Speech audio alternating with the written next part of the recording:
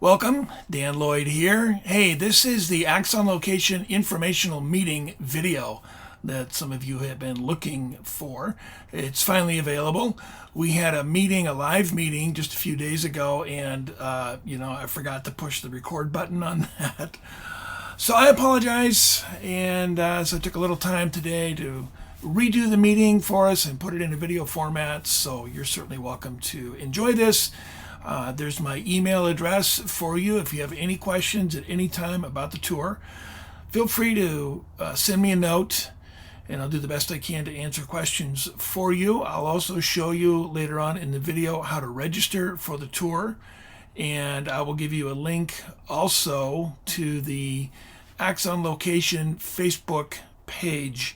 That's where I keep all of the current information for the tour in front of the public, and you can be a part of that Facebook group. That doesn't mean that you're traveling with us or that you're obligated to travel with us, but you have that option if you'd like to do that. So let's just jump right into this. Let's take a look. The first thing I want you to note is on the cover page, so to speak, the title page here, what it used to have on the Facebook page. At the bottom left corner, there was a stop at the British Museum on the way to Tel Aviv so that we can see some biblical artifacts in the British Museum. I've been in touch with our travel company, and it is not possible to get flights into and out of London either before or after this trip. You have to do through London. If we go into London, we have to go out of London, and there are flights that are just not available.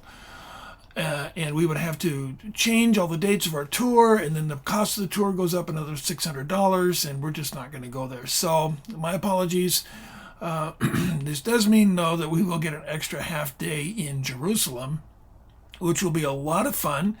We'll do some things that I have discovered that are really, as I said, just a lot of fun to do. We'll do that before the actual tour begins, and I'll show you what that is in just a moment. So let's go ahead and take a look at this map that I put together using my Accordance Bible software.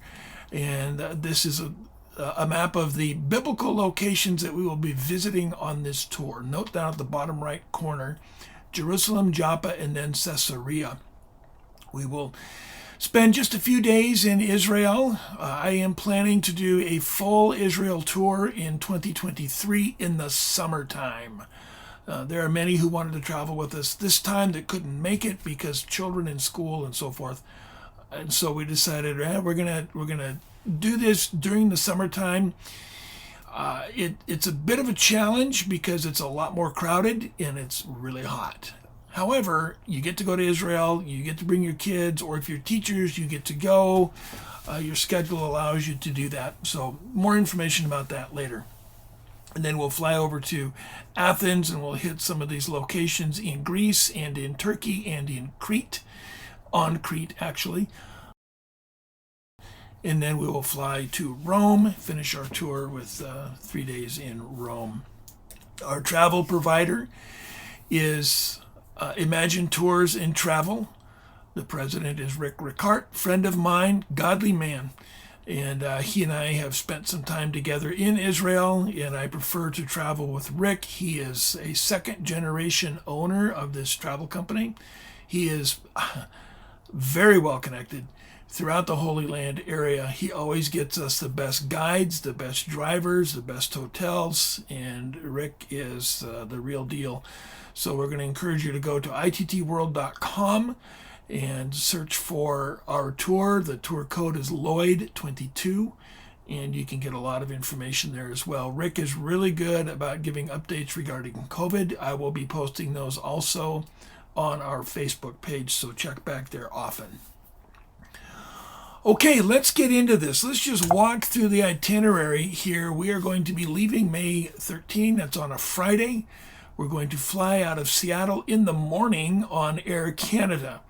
So we will talk to you about getting the frequent flyer account set up for Air Canada, because you're going to be putting a lot of miles into this trip in the air, and we want you to be able to capture those miles and use them to your advantage. Air Canada, I don't fly often with Air Canada, neither do you, but they partner with other airlines like United. And so if you have a United account, you can get United miles for this trip. That's what I'm doing. But you have to have what's called the Aero Plan, which I think is a clever name for a miles program. So we'll show you how to do that in just a moment. And then we switch over to our flight. We only have 1 hour in the Toronto airport, but we'll fly nonstop to Tel Aviv. We'll land there, go through passport control, pick up our luggage, meet our guide, board our bus, and then we head up to Jerusalem. And we will have a little bit of time before the tour begins to do some pre-tour shopping, and then we'll go to Ben Yehuda Street. So the actual tour begins on Sunday, but because we're not going to London, we have a little bit extra time in Jerusalem. We'll get into the hotel. I'm guessing at probably around 3 o'clock, maybe 4 o'clock. Dinner is typically at 7. So we'll have a couple of hours to go into the old city. You can do some shopping if you'd like to. Come back to the hotel and get some dinner, or we can go to Ben Yehuda Street and get a meal there. Here's a couple of photos of what I'm talking about. First of all, an aerial photograph of Jerusalem. You can see to the right-hand side there, right about in the middle of the screen on the far right, there's the Golden Dome of the Rock. And you can see indications of the old city. It's very crowded. There's a wall around the old city. It's the old city of Jerusalem. On the left-hand side near the bottom is our hotel, the Prima Kings Hotel. And you can see that it's a 17-minute walk to the Jaffa Gate that gets you into the old city of Jerusalem. There are several entrance points into the old city through the walls or through the gates that are on the walls. In the walls. And that's the quickest route to get to the old city from our hotel. So we can do that walk. It's not very difficult. And then 6 minutes from there is the Church of the Holy Sepulchre, which is right next to the location where we're going to be shopping. We might take a few minutes and go inside that church. I'm not sure that it's a part of the itinerary, but I want you to see that church. It's for its historical significance. On the upper left corner of the map, you see that it's a 9-minute walk from the hotel to Ben Yehuda Street. And that place is just really a lot of fun. I'll show you a photo of that in just a moment. On Saturday, if you want to join me in the old city, we have discovered a really nice restaurant up on a rooftop of a building. It's nice to get up there and get a panoramic view. You can see behind this group, this was our last group that traveled with us. You'll recognize some of these people, perhaps. And behind us is, as I said, the Golden Dome of the Rock. And behind that dome is the Mount of Olives. And then to the left, you can see a church dome there. And back to what would be the southwest of this photograph would be the Church of the Holy Sepulchre, where traditionally people say Jesus was crucified and where he's buried and where he rose from the dead. We will also, as I said, have some time to do some shopping. This is my friend Shaban Amer. I've known him for a couple of decades, and he is in the old city in the Christian quarter. He's a Muslim, but he's a great guy. I really, really like this man. He's an honest businessman, very successful businessman. His son, Omar, now has a shop right across the street from Shaban. I met Shaban in my first trip to the Holy Land. I was in his shop looking around, and he's, of course, wanted me to buy all sorts of items in his shop. And I told him, I don't have the money. I didn't bring the money to buy these kinds of things. And he told me, he said, Dan, Dan, just take it home with you, and when you get home, mail me a check. And I thought, this is a guy I'm buying stuff from for the rest of my life. And I always stop to see him. He's always happy to see us. These guys are amazing. My second trip to Israel was 2 years later. I was walking down the street toward his shop, and he saw me. And he said, Dan, welcome back. So he remembered my name after 2 years. Incredible. So I want you to meet Shaban. You're going to love this guy. And then we will also go to, if you'd like to Ben Yehuda Street.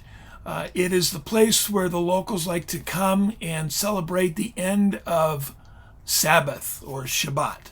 So it will be Saturday night, and that's when we're going to be getting in, is Saturday afternoon. We'll be there for Saturday night, which is a major bonus. The timing on this is perfect. So we get to go to Ben Yehuda Street, grab some ice cream, grab some coffee with the cardamom in it, which is amazing if you're a coffee drinker. There's a photo here of a little harp jam.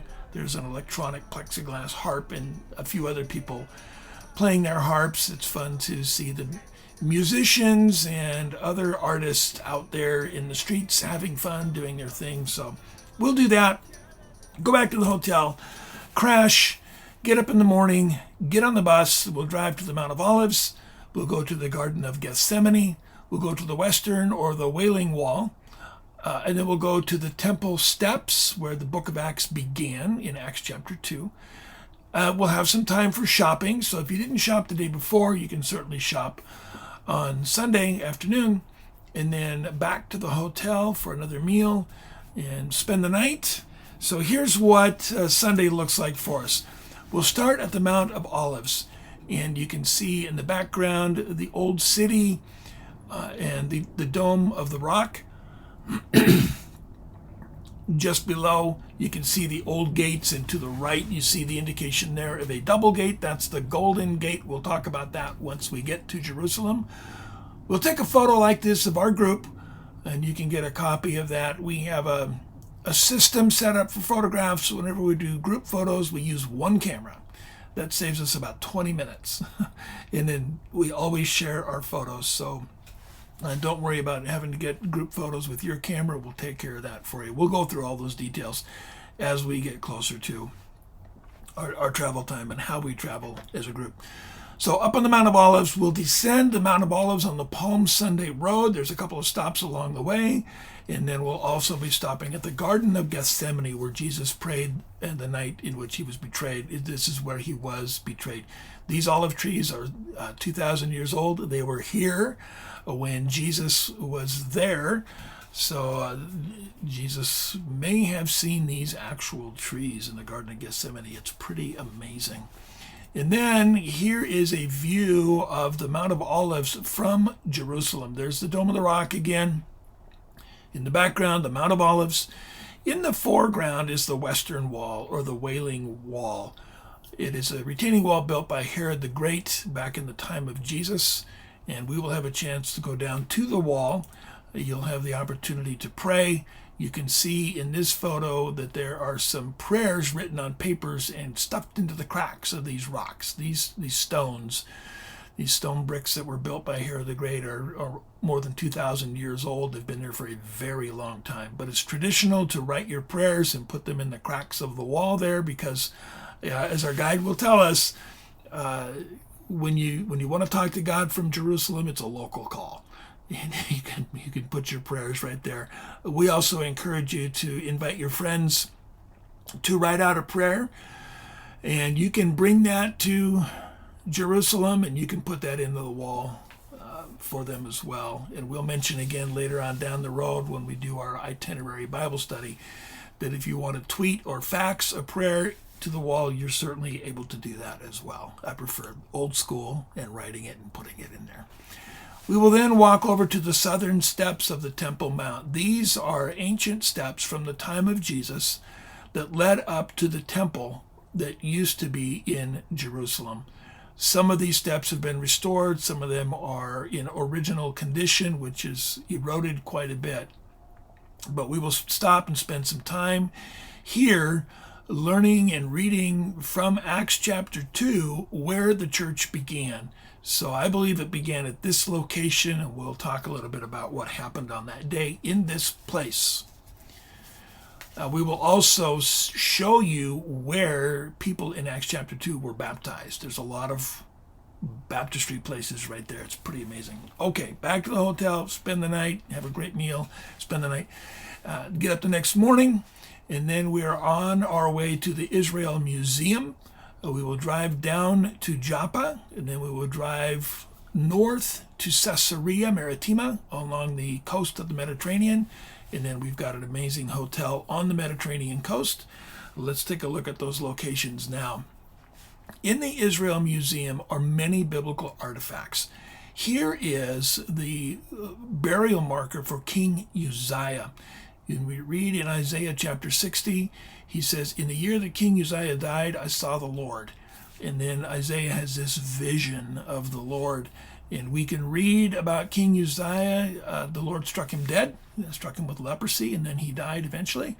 But this is his burial marker that was discovered. There are many other artifacts with the names of biblical persons on them, and you will see them.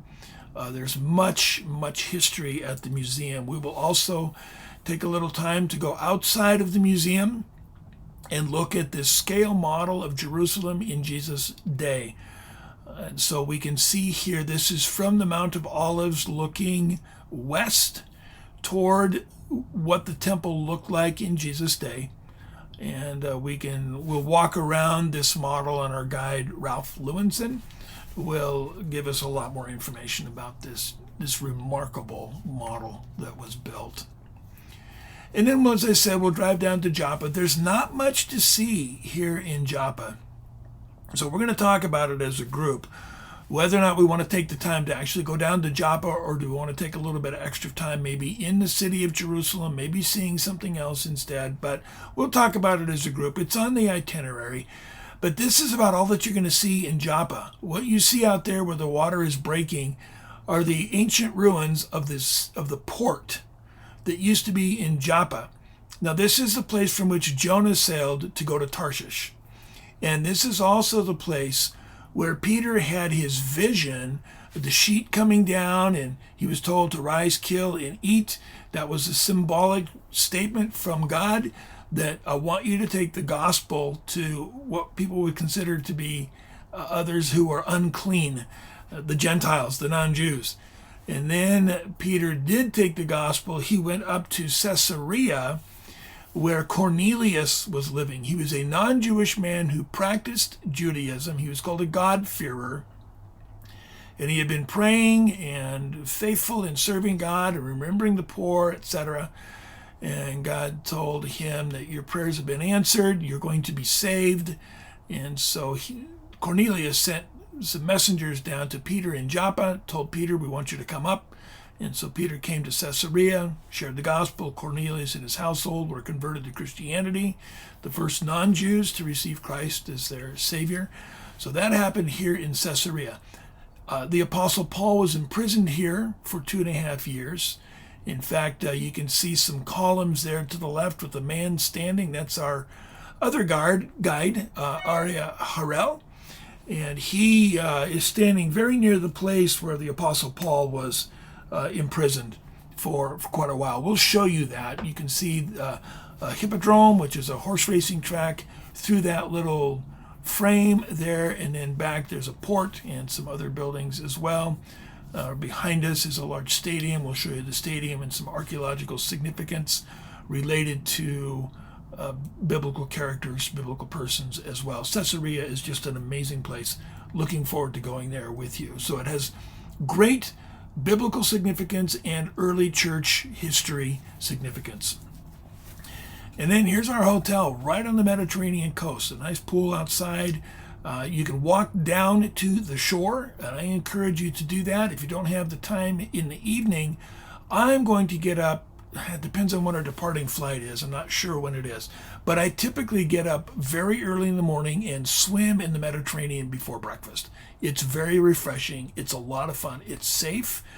And I don't know how many of you can say that you've ever swam in the Mediterranean Sea, but hopefully you'll be able to say that when you get back from the trip. All right. Get up in the morning on Tuesday. And a lot of the day is going to be spent in airports. So we need to get in early, check in. We fly to Athens, Greece, and then we catch a connecting flight to Thessaloniki. and then we will spend the night in Thessaloniki. So it is mostly traveling, but we'll have a chance to get into the hotel and rest for a bit and get charged up and ready for the next leg of our adventure, so to speak. Check out this hotel. There's another, this is a nice one. There's a pool there on the roof, and we encourage you to go up and enjoy the pool and enjoy the spectacular view of the Mediterranean and what is now modern Thessaloniki. Of course, we know about the two books, 1st and 2nd Thessalonians, were written to the early church here in the town of Thessaloniki. So, spend the night, get up, hit the road. Our first tour will be through Thessaloniki, then we will drive east along the coast of the Mediterranean to Amphipolis, to Philippi, as in the book of Philippians, to Neapolis, and then we'll come back to the hotel in Thessaloniki. So in Thessaloniki, we want to see some antiquities. Of course, that's why we're traveling. We want to look at some places that have biblical, historical significance. This is the Forum in Thessaloniki. The Apostle Paul went through here, did some preaching through here, and you can see that there are apartment buildings around this antiquity site. This is so common. This place was discovered accidentally. Of course, historians knew that there was the ancient city of Thessaloniki, but nobody really knew where it was. And so while I think it was a grocery store or shopping market that was demolished, and they were excavating, getting ready to put in the foundation for a new apartment building, they accidentally discovered this Roman Forum. And so it now has become an historical site and has been preserved. We'll have the chance to walk through and see some of these antiquities here. Then we drive westward, as I said to a moment, to a place called Amphipolis. It's a biblical location. There's not much to see at this place. The primary feature that we're going to see is this lion funerary statue. And this was put up by some of Alexander the Great's men. So about the year 350 BC, this thing is ancient, 2,400 years old. The Apostle Paul saw this monument when he went through Amphipolis, and we will see it too. And not much time here, but we're gonna stop, and you can say that I've been to Amphipolis. All right, and then we head out over toward Philippi. Much more to see here in Philippi. This is a marketplace. This is where the Apostle Paul did some preaching. This is where he was arrested, and from this place he was imprisoned. We'll see something that many say is the prison where the Apostle Paul was held. We'll talk about that when we get there. And you can see the indication of some ruins there. And then there's much more. The city grew and expanded and developed, especially during the early church. We will see many Christian symbols throughout our time here in Philippi. And then you might remember that when Paul preached here, he was looking for a synagogue, but they didn't have one because they didn't have enough Jewish men in the city of Philippi. You had to have at least 5, and there weren't 5. So the apostle knew that traditionally there would be a place of prayer somewhere for the Jewish faithful, and he found a group of people praying over by the river, and the Lord opened Lydia's heart, and she received Christ, and she was baptized here at a little river right next to the city. Now, this baptistry location certainly has been developed. This isn't ancient, it's relatively new, but we've been given permission to do baptisms. If you want to be baptized on the tour, you certainly can. We typically do that in the Jordan River in Israel, but we will not be at the Jordan River this time. So we can use this baptistry. I always give dads or husbands the first option for baptizing their family. So if that's something that you're interested in doing, we're certainly open to that. We will plan on making some time available for that. This is what the river actually looks like, right next to this little baptistry location. You can see that the baptistry that they built is a lot safer than trudging out into this river. If you want to do that, you're on your own. We'll stand downstream and wait for you. And then we go to, there we go, we go to the ancient city of Neapolis, which is a port city in biblical times. Now it is quite developed, quite modern. There's not much to see here. We will see an ancient aqueduct that was there in biblical times. But we do want to drive through Neapolis. It is a biblical location in the book of Acts. And we will not see any antiquities. We'll probably just stay on the vehicle, on the bus, and drive through the city. But at least we will have been to Neapolis. Get back to the hotel, get a good night's rest, get up in the morning, and then head, let's see, we're going to head west. We're going to head toward Athens, and there's 2 stops along the way. The first one is a place called Matera. You can call it Meteora if you'd like to, but our guide will correct you. And then Berea, or Berea. We read about the Bereans, who were noble, more noble than others because they checked the scriptures to make sure that the Apostle Paul was telling the truth when he was talking about Jesus and how the Old Testament, their scriptures, pointed to Messiah, who is Jesus Christ. So Matera is not a biblical location, but it is a fascinating spot. You may have seen, I think it's Game of Thrones, and then there's a James Bond movie that was filmed here as well. This is just one or two of the many structures built on top of these stone pillars. There is a monastery that we will visit, St. Stephen's Monastery. Just an absolutely fabulous location. And even though it's not a biblical site, it is definitely worth visiting. And then we go to Berea. Not much to see other than this monument. There are no antiquities that have been discovered. Nothing has been excavated as far as we know.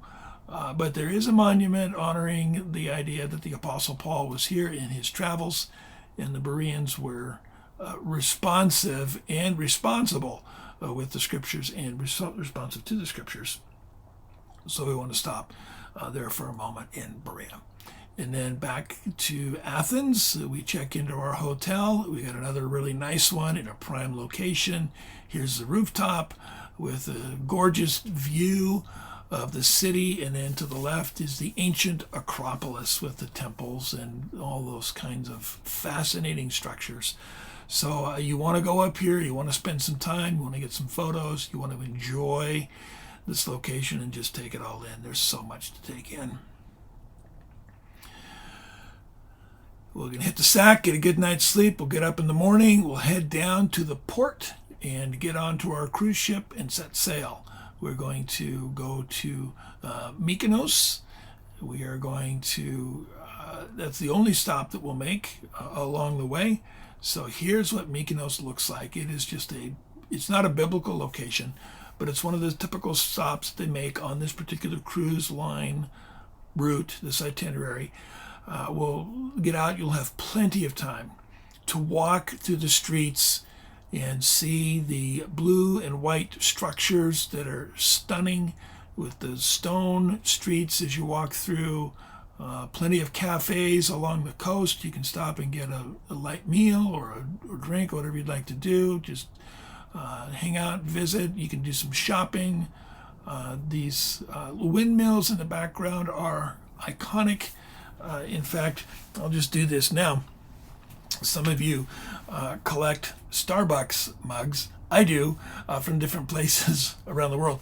And I have my Mykonos Starbucks mug. And on the back, there is the windmills that are there. So Mykonos, there'll be Starbucks there in Greece to visit. Let me show you another Starbucks mug that I have. This one is from Thessaloniki.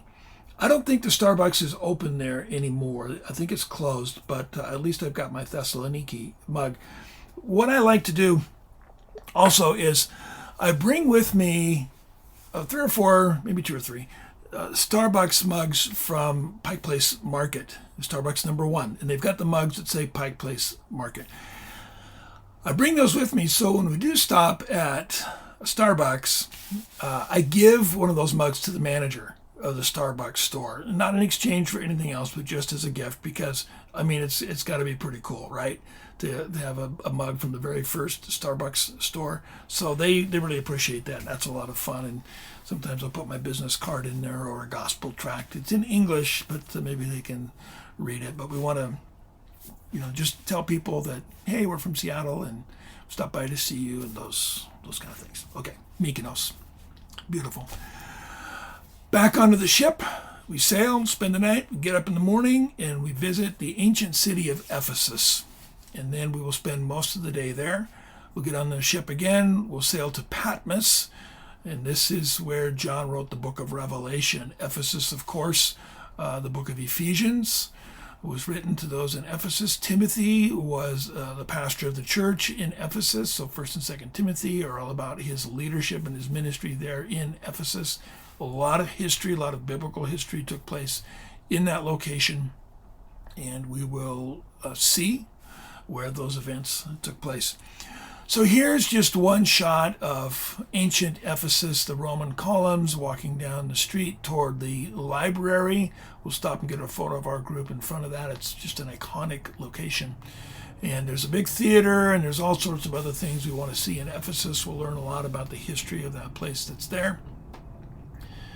And then, of course, we'll go to Patmos. We'll get off and take a bus up to the top of the hill. There's a cave they call the Cave of the Apocalypse, or the Cave of the Revelation, where they say John was when he received the revelation and recorded it. And there's a church or two that are up there as well, and you can see the bells there from that church on the island of Patmos.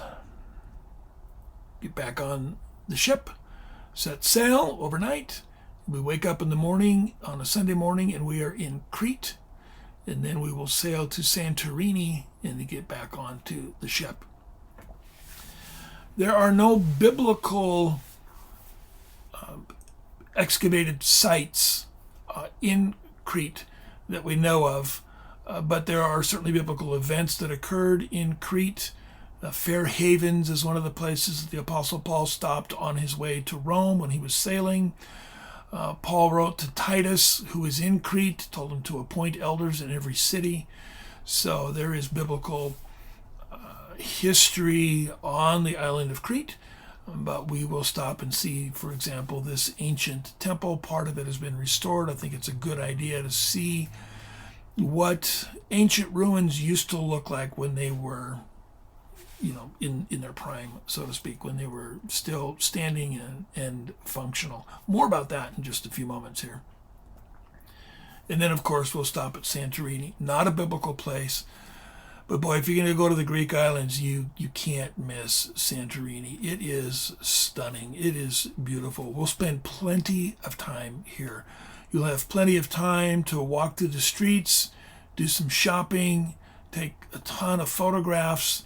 You have the opportunity to get a snack or a meal if you'd like to. Here is probably my favorite picture of Joanne. We broke away from the crowd, and we went just alone by ourselves, walking through these winding streets along the hillside. The architecture was unbelievable. We saw this little cafe, and we thought, let's just stop and get something to eat. And so when I took the photo, I knew that this was one of the most significant moments in my life. And so I snapped it, and I was right. I often think back to the time that Joanne and I were alone together in Santorini, and it was amazing. We had a great time. All right. Back onto the ship, spend the night. When we wake up in the morning, we are in port. We will then drive over to Corinth, like 1st and 2nd Corinthians. We will go to Cenchreae. We will go to Athens. So a full day, but we'll have plenty of time in these two major cities of Corinth and Athens, and just a short stop at a seaport called Cenchreae. Let's take a look. First of all, ancient Corinth. You see here ruins of the temple to Apollo. And in the background is what is called the Acrocorinth. There was a large temple up there to the gods. It was a port city. Sailors used to come into that town, and up in the temple they had 1,000 temple prostitutes. So sailors would go up there and quote-unquote worship. And the Apostle Paul had much to say about sexual immorality when he wrote to the Corinthians. So when you see what the apostles saw and you understand the culture in which he found himself, you understand a little bit more about why he wrote some of the things that he did, and it'll all come together for you when we're in Corinth. We will visit a place called Cenchrea, and there's not much left here, just the indications of an ancient port. This is where the Apostle Paul sailed to Ephesus from Corinth. And this is where he also took a vow, shaved his head. We'll read more about that. So he got a haircut here. And then we go to Athens. Just a stunning location. World Heritage Site, of course. Many temples. There's a temple to Athena, which is prominent to the right there. That's the original structure. Still some of it left. We'll talk about, our guide will tell us about why much of that structure is still not in place. It's kind of a shocking and sad and amazing story. She'll tell us all about it. To the foreground on the bottom is the Odeon. It's a musical theater. That's where we get our word audio. It's from the Odeon. It's a Greek word which means sound. And then to the left, you can't see it on this photo, but down the steps, there's the temple to Nike at the entrance and so forth. We go down to the left to Mars Hill, or the Areopagus, in Acts chapter 17. This is where Paul addressed the philosophers of his day. A very well-known episode in the life and the ministry of the Apostle Paul. And then leave the hotel. We'll stay at the same hotel we did the first time going through Athens. We will fly to Rome, and then we will see the Ostia Antica, which is an ancient seaport. It is a seaport where the Apostle Paul landed before going to Rome. We will see the Appian Way, which is the road on which he walked to get to Rome, and then we will spend the night in Rome. Not sure what our hotel will be yet, but I know it's going to be a great one. So here's the Ostia Antica. You can see in the foreground there, the theater, and in the background there are some Roman columns, and then there are indications of ancient structures there as well. It's worth the stop to see what ancient Rome, how it was part of it, this Roman town, so to speak, was laid out. And then along the Appian Way, this is a Roman road. It's still just as solid as it was the day it was born, very much unlike the streets in Auburn. The Romans knew how to build roads, and they're still in place. We're still trying to figure out how to do that with our modern technology. Can't quite get it right yet. And then spend the night, get up in the morning. We go to the Sistine Chapel. We go to the Trevi Fountain, and then spend the night. So there's much to see. Now, the Sistine Chapel is a Catholic church. It's Catholic facilities. There's some biblical history there. There are some biblical artifacts. Well, I'm just going to say biblical history there, and a lot of tradition there as well.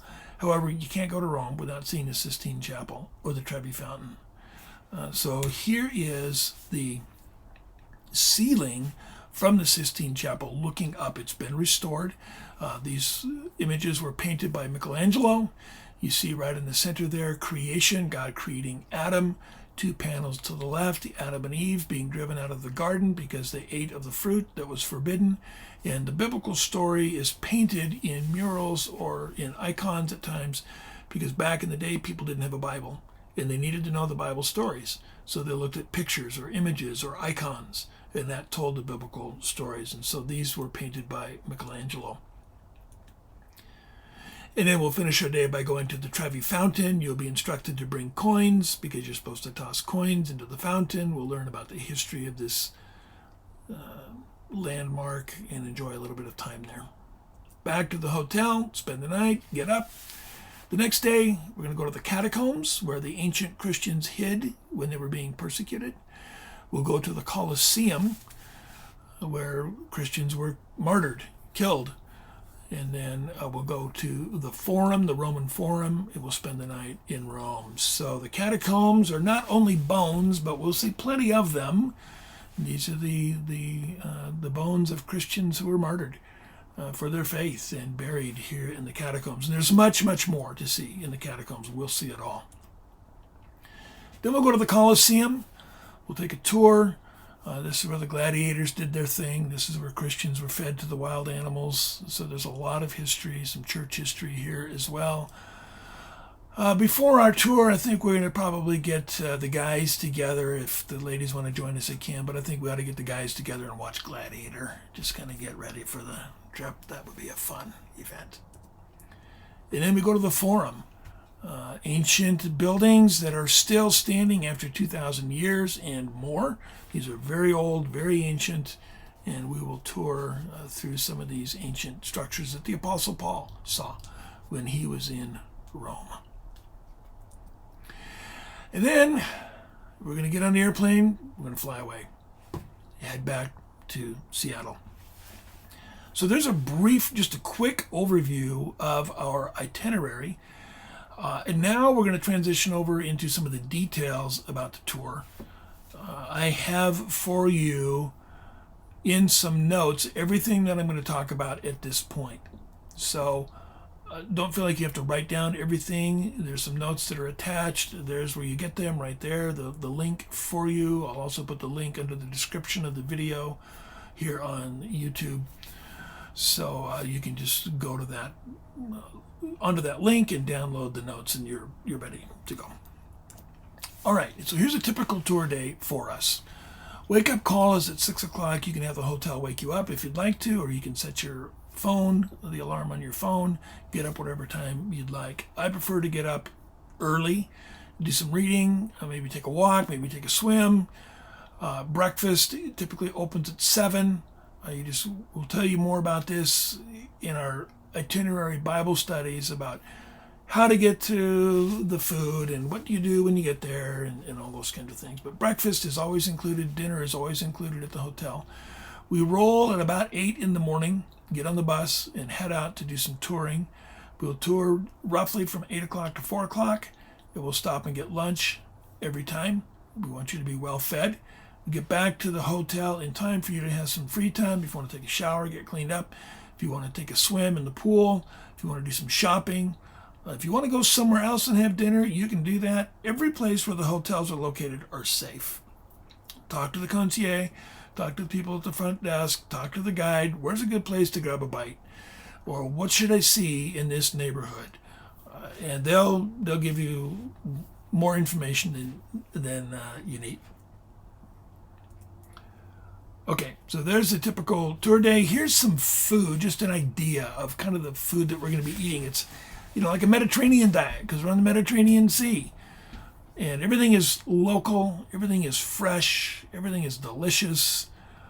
And we are just going to have a wonderful time enjoying some amazing food together. So all meals are provided, all breakfasts and dinners are provided, lunch is on your own. We'll talk about how to budget for that in just a moment here.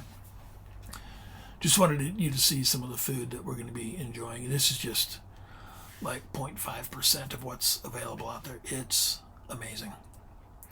All right, so what makes this tour unique? There's some things that I do when I lead groups that other tour leaders don't. I've talked to tour guides, I've talked to tour companies, I've talked to the Israel Ministry of Tourism about what I'm doing, and they've all said nobody else is doing this. So I wish more people would do it, but I want you to get the most out of the tour. Here's why. Back when I was in college and seminary, my pastor would lead groups twice a year to Israel. And he would show slides and talk about his travels. And I always wanted to go to Israel. But my great concern was, I'm going to spend a lot of money to get there. And once I do, I'm going to be looking at something that I don't understand. The guide's going to be talking about this particular site, and I'm not going to get it. I'm not going to know, why is this so important? So I want you to be fully prepared to get the most out of this tour. You're making a significant financial investment. I want you to get your money's worth. I want there to be tremendous value in this tour. So I do a pre-tour itinerary Bible study. I take the time, and we take the time as a group. It's an option for you, and I'm going to strongly encourage that you do it because your trip will be so much better if you do. We go through and we do a Bible study for every location we're going to visit. You'll have notes, you'll have photos, you'll have images, you'll have data about every biblical site we're going to visit. So you will know the significance of those locations once you see them. I also provide what's called a devotional journal. It is something that is synchronized with our tour itinerary. So, for example, when we go to Thessaloniki, in that devotional journal for the day, you'll open it up and you'll read a few passages from 1 Thessalonians or 2 Thessalonians that have to do with some of the things that we're going to be seeing that day. It is amazing to be able to read scriptures on location. You're standing in Thessaloniki reading Thessalonians. It is an amazing experience. And in the devotional journal, there's plenty of room there to take notes for when the guide is teaching or I'm teaching as well on location. I also provide for you a site guide, which is like a little flip chart, little notes there for every location we're going to go to. You'll see in just a moment that there's a locator map that shows you where you are, either in Italy or in Israel or in Greece or on Crete, whatever it might be. And then it summarizes not only the biblical but the secular history for each of those locations we're going to be visiting. You know, Napoleon came through here. Alexander the Great came through here. This particular pharaoh came through this town, and he did this at this location, whatever it might be. And then there are also drawings and renderings of what ancient structures used to look like before they were destroyed or collapsed. And then I also provide for you a customized tour video using our photos and our video clips. And you can buy the commercial ones, but our videos will have our people in them and our guide and our photos. So it's kind of a neat souvenir to have. So here's what the devotional journal looks like. It's 8.5 by 11. It'll be spiral bound for you and ready to go. We'll distribute those either at the airport as we're leaving or just before. Some people we will not meet until we get to the airport, and we'll make sure that you have that as soon as we see you. So it gives the day and the date, what we're doing, some scripture related to it, and some devotional questions to think through.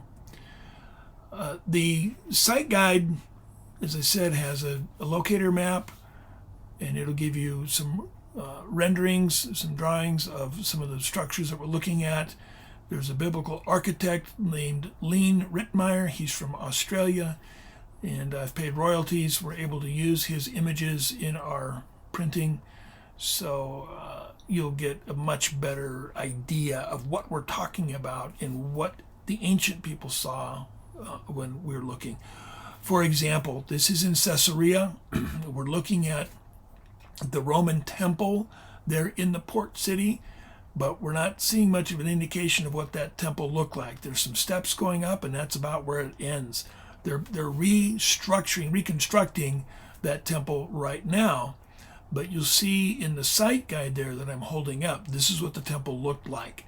And so that's what the Apostle Paul saw when he was in Caesarea. We can't see that, but the rendering gives you an indication of what it looked like. Here's a big question. It's not $64,000 question, it's the $5,300 question. How much does this tour cost? So for the basic tour, which is Israel and Greece and Turkey and Crete, $53.73. That's for 12 days. If you want to go to Rome with us, and I'm going to encourage you to do that, it's a little bit more, $1,700 more for 3 more days. And there's a lot that goes into these tours, and I think it's worth every dime. So here's what is included in the cost. First of all your flights, and there will be 7 if you do the full trip.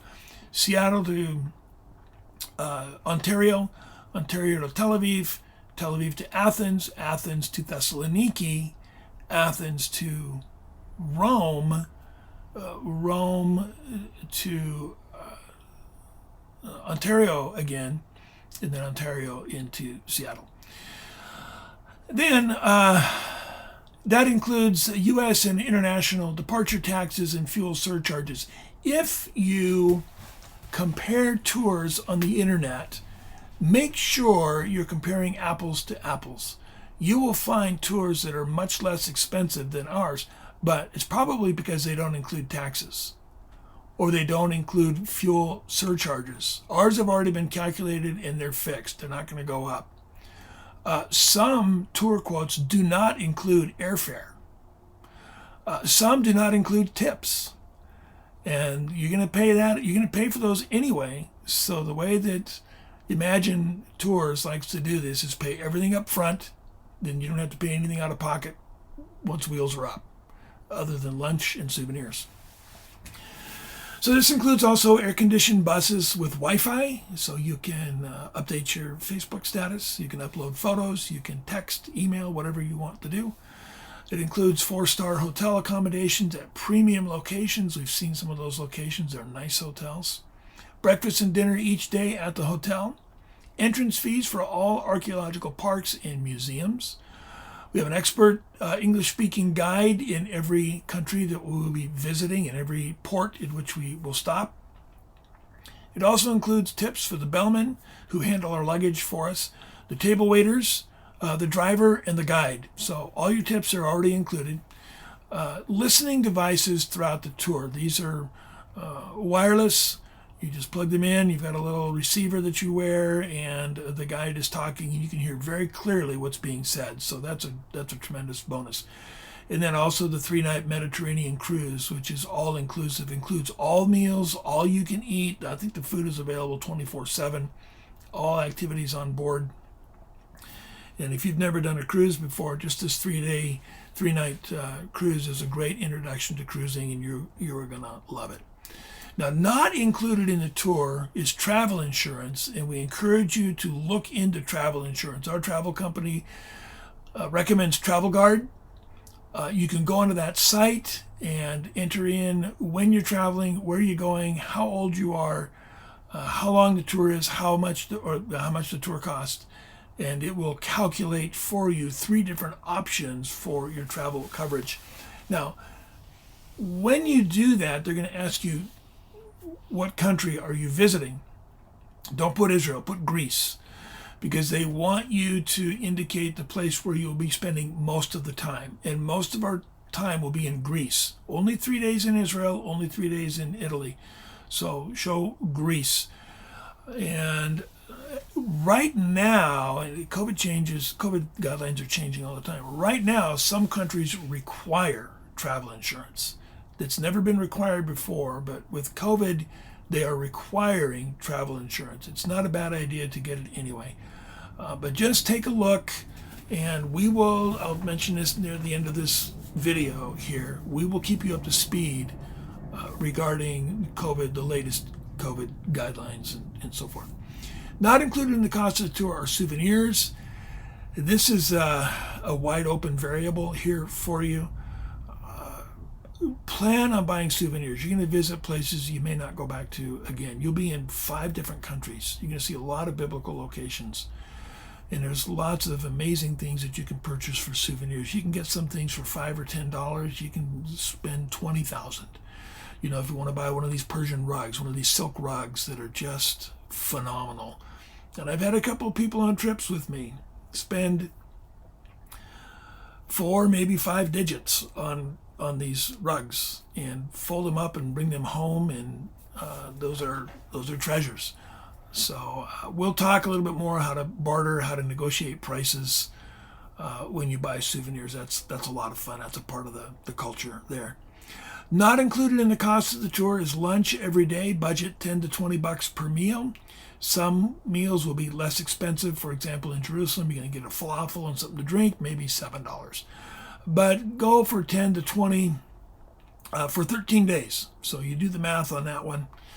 And then chocolate for when you're late to the bus. This could be a big ticket item for some people because we don't want to be late in our touring. And here's the deal. We move as fast as our slowest person. And so if you're late on the bus, it's going to cost you. You buy chocolate for everybody for the next day. So this is when we leave. And we don't want you to be holding up the whole group. And we will talk about the importance of being alert, paying attention, staying with the group, and not wandering, not shopping while we're touring, those kinds of things. You'll have plenty of time to shop. We know you want to shop. You get to shop. All right. Here is the Itinerary Bible Study schedule. All these meetings are going to be Zoomed, and I'll remember to hit the record button, and we're going to go from 4 o'clock to no later than 6 o'clock. Some of these meetings will be less, than 2 hours, maybe an hour. But you can see what we're going to be looking at. You can pause the video if you want to just reflect a little bit more deeply on what we're doing and where we're going, and mark your calendars and so forth. You have this schedule in your notes as well, so you don't need to write it down at this point. But I figured right at the beginning, on October 3rd, you can see that we're going to do the tour intro and travel itinerary. We're just going to skip over that real briefly because we're doing it right now, but we do want to take some time to talk in detail about how to travel internationally. We don't want you to be the ugly American in a foreign country. Nobody wants that. So we'll talk to you about how to act as a guest in a foreign country, because that's what we are. We're guests in a foreign country. And then the rest of the schedule you can see there. So here's your next few steps. If you've not joined the Acts on Location Facebook group, we encourage you to do that. Here's a link for how to find it, or you can just search Acts on Location in Facebook and it should pop up for you. We want you to register for the tour by going to registernow.ittworld.com and look for the tour and punch in Lloyd 22. That's the tour code. That'll get you into where you need to be. You can register there. You can download a tour brochure. Here, let me just mention this about registration. You need to send in 2 $500 deposits. One is for the tour, another one is for the cruise. Your deposits can be placed with a credit card. The balance of the cost of the trip must be done with a check, whether your personal check, cashier's check, or whatever. That keeps costs low because, as you might know, whenever a business receives, funding from a credit card, the business has to pay a percentage of what they've received to the business card, or to the credit card company. That just raises prices. So Rick wants to keep travel costs low, so you can pay your deposit, but the balance needs to be a check. You cannot pay for the whole trip with your credit card. It'd be nice to get all those miles, but you can't do it. Only $500. You need to get or renew your passport if needed. I'm going to talk about that in just a moment because that's a big deal. Enroll in the Air Canada Aeroplan program. You go to aircanada.com and then you'll find the place where you click and to enroll. You want to do that because you want those miles. You want to be able to take advantage of those frequent flyer miles. As I said, if you don't fly Air Canada, you can switch them over to United and take a look at other partners that they have there as well. We want you to invite a friend or an enemy to be a part of our group, maybe even a part of our travel group, which would be a lot of fun. And then we want you to join us for the Itinerary Bible Study. So let's take a moment and talk about how to apply for a passport if you don't have a passport. You're not going to travel without one. You have to have one. So I want you to apply right away, online or at an acceptance facility. And you go to usa.gov/passport for more information. They'll tell you where the acceptance facilities are located. For adults 16 years and older, it's going to cost you $145. For children under 16, it's going to cost $115 for a passport. They're good for 10 years. You must use a passport book, not a passport card, for international travel. I say that because one of the options that they will give you is to apply for a passport card. I think it's an extra $30. It's the size of a driver's license. And we're getting to the point where you're not able to fly domestically unless you have something other than a driver's license. You need a passport, or you need an enhanced driver's license, or a passport card. So I ordered one of these, but it's not going to get me international. It's only going to work here in the U.S.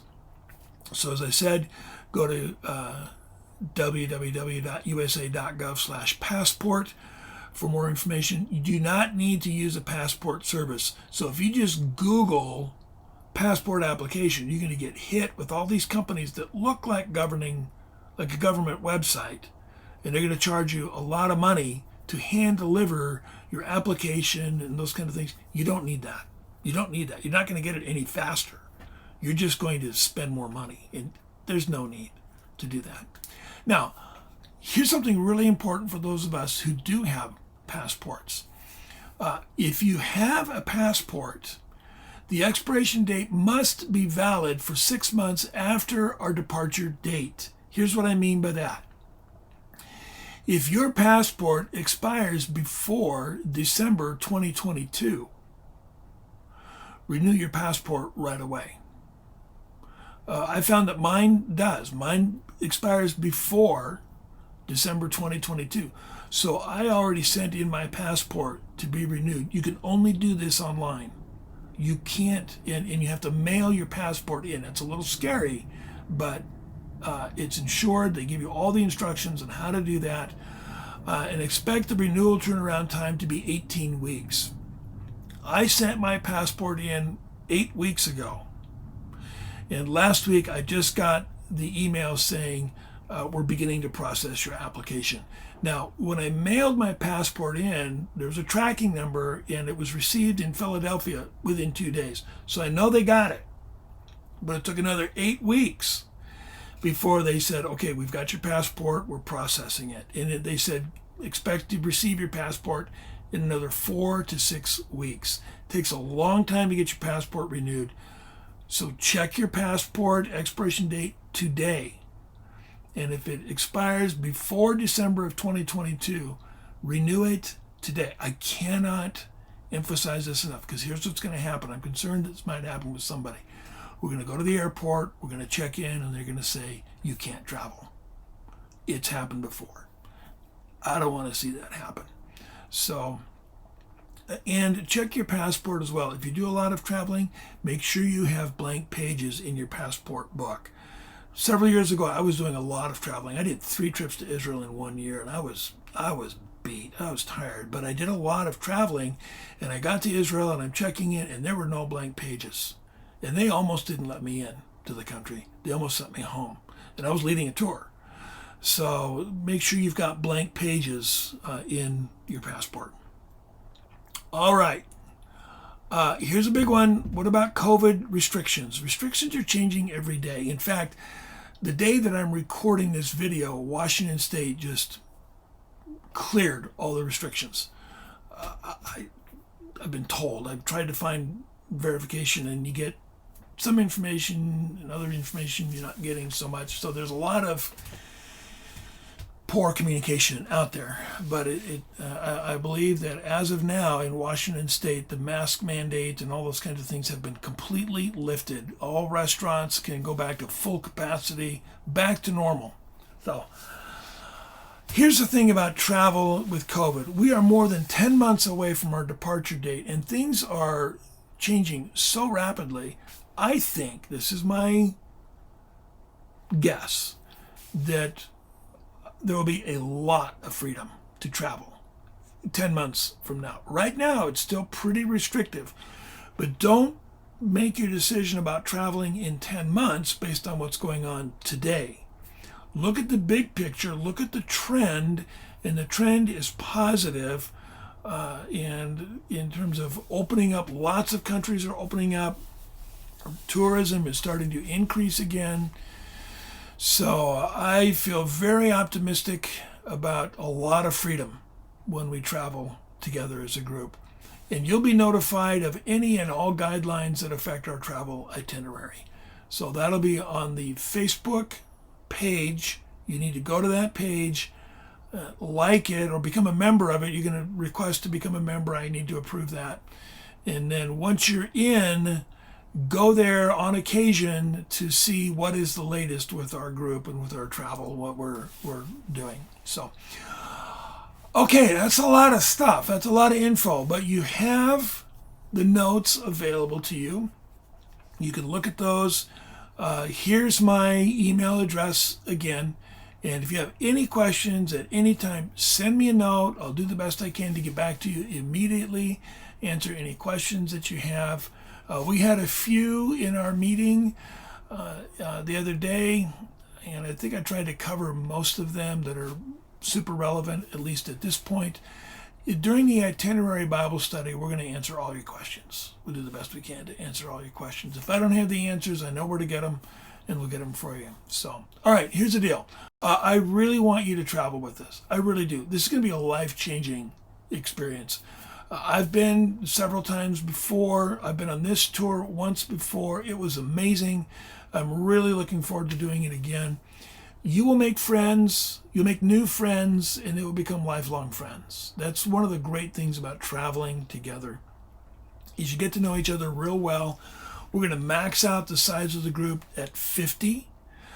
That's because we want to keep everybody on one bus.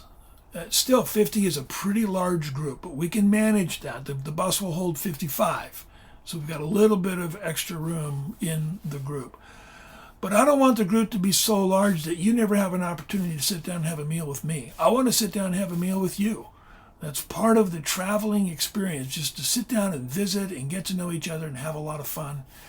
So I really hope that you will travel with us. Invite some friends. You'd be surprised at who will say yes if you ask them. In our informational meeting we had the other day, there were a few people that showed up at the meeting that are interested in traveling, and I would not have guessed that they would be interested in traveling with us. But it looks like they will probably do that, and I'm thrilled. So ask friends, let people know, send in a link to the video. They can look at all the information that you have looked at, and then love to have you go with us. So looking forward to hearing from you, looking forward to seeing you, and looking forward to traveling with you. Thanks for your time. Thanks for your patience.